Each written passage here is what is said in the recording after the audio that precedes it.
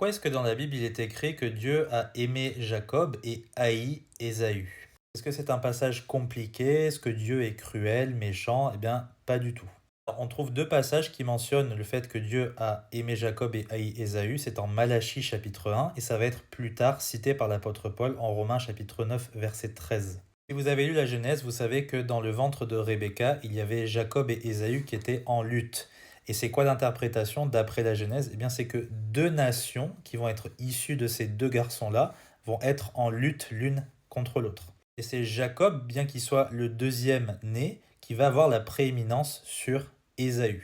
Et donc c'est de ça dont il est question, hein. Dieu, ce qu'il a haï, ce n'est pas Ésaü en soi, puisque Ésaü, après, il s'est réconcilié avec Jacob par la suite, ils ont eu de bons rapports et il est très certainement au paradis.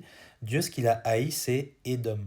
Pourquoi cela? Eh bien, c'est très simple, puisque quand Israël est entré en captivité, quand Dieu les a jugés par les Babyloniens, vous vous rappelez, eh bien, Édom, ils se sont moqués d'eux, ils ne sont même pas venus les aider, au contraire, ils ont participé pour leur faire du mal. C'est pour ça que Dieu nous a donné le livre d'Abdias dans l'Ancien Testament, qui est un petit prophète, qui parle du jugement très très sévère qui attend Édom.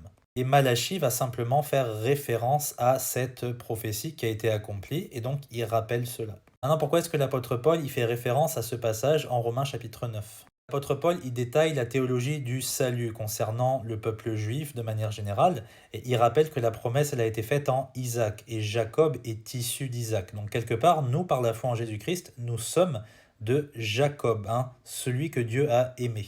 Mais nous ne sommes pas en Ésaü, puisque rappelez-vous, Ésaü s'est opposé au peuple de Dieu. C'est pour ça que maintenant, il n'existe plus aujourd'hui, plus personne ne s'intéresse à Édom.